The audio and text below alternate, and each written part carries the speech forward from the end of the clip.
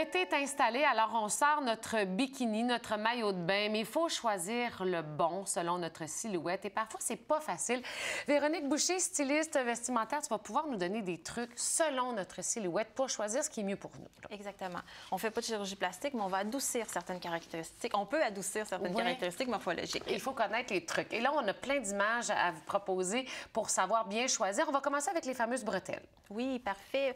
En fait, pour les femmes qui ont des épaules quand même assez larges, donc plus larges que leur hanche, c'est conseillé d'avoir des bretelles plutôt droites, comme montré à l'image. Évidemment, des bretelles plus larges que fines, c'est encore mieux parce qu'on vient chercher, on reste en proportion avec la largeur des épaules. Donc voilà pour les femmes qui ont des épaules un peu plus larges. Des épaules plus larges. Et quand il y a aussi un truc avec un haut coloré quand on a des cuisses un peu plus fortes, c'est ça? Oui, si on a des cuisses très, très fortes, beaucoup de cellulite, on veut pas que les gens regardent à cet endroit-là. Donc, on va s'organiser pour diriger le regard vers en haut. Donc, on va opter pour de la couleur et des motifs en haut du maillot. Et ensuite de ça, pour la base du maillot, on va rester plus sobre.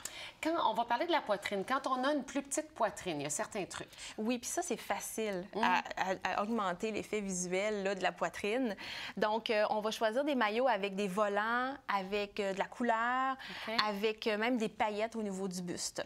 OK, de cette façon-là, donc on met l'accent plus en haut encore. Oui, mais ça donne aussi un effet de volume, un effet de profondeur davantage pour celles qui ont des petits bustes. Le haut de bikini à coquille avec armature, ça sert plus dans quelle situation? Bien, pour les femmes qui ont perdu le tonus au niveau de leur buste.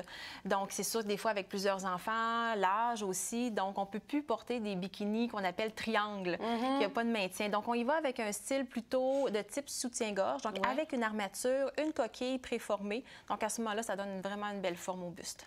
Les fameux maillots licou qu'on attache au cou, quand on a de plus petites épaules, ça peut être intéressant?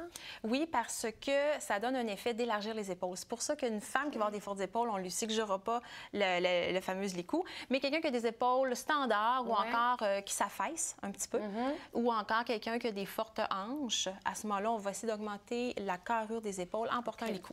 Évidemment, les mannequins qu'on présente, ce ne sont pas leur situation, les fortes hanches et les bourrelets et tout, parce qu'évidemment, ce sont des photos de mannequins, mais c'est pour vous présenter les différences.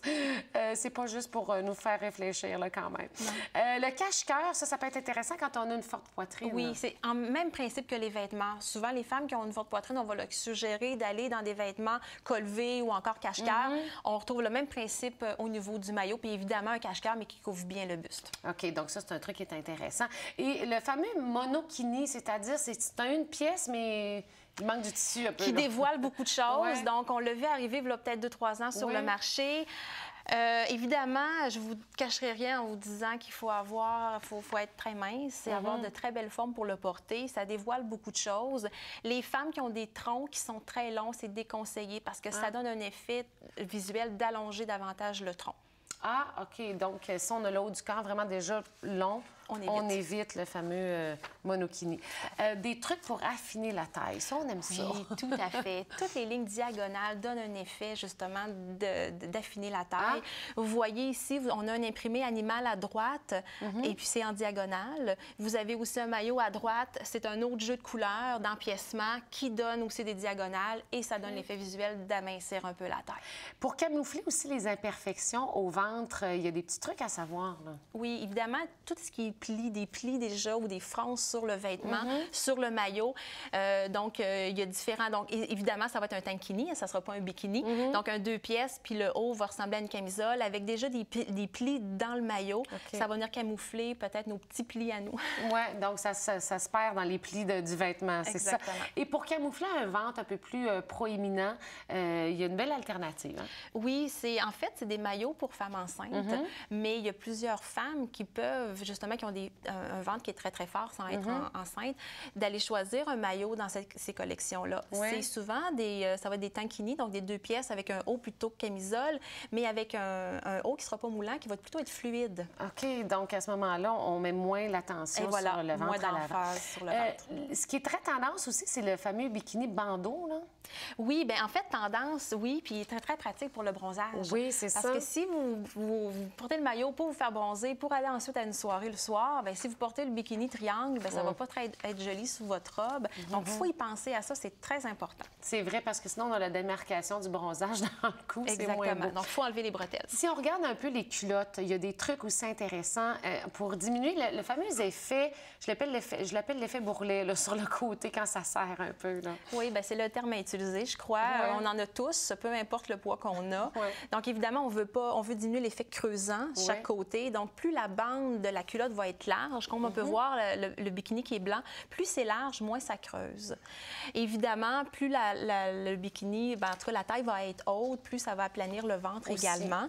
Si vous portez une culotte avec une taille qui est très haute, idéalement, portez plutôt le tankini, donc le haut plutôt de type camisole, pour camoufler l'effet de la taille très haute. Et l'autre culotte qui est plus fine, qu'on attache sur les côtés, bon, évidemment, ça évite aussi le fameux bourrelet de côté. Oui, parce que ça ne vient pas peser. Par contre, ça n'a pas de maintien du tout.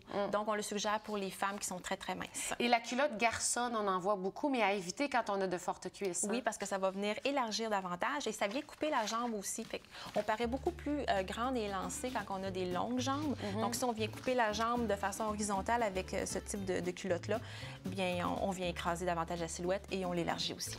Et aussi, le fameux par-dessus, ça, c'est le fun là, quand on va à la plage et qu'on veut mettre un petit quelque chose par-dessus. Oui, puis en fait, moi, je tiens à mentionner de peut-être éviter le paréo ou de le laisser tomber de côté parce que tout le monde a ça. C'est vrai. Pour avoir du style, il faut être différent. Donc, allez-y par un par-dessus avec un tissu très léger et voilé. C'est très tendance. Bien, merci beaucoup, Véronique. Merci. Ça complète Famille 2.0 pour aujourd'hui. Demain, on vous parle de l'importance du sourire avec notre dentiste Julie Lessard. Bye-bye. À demain, 13h.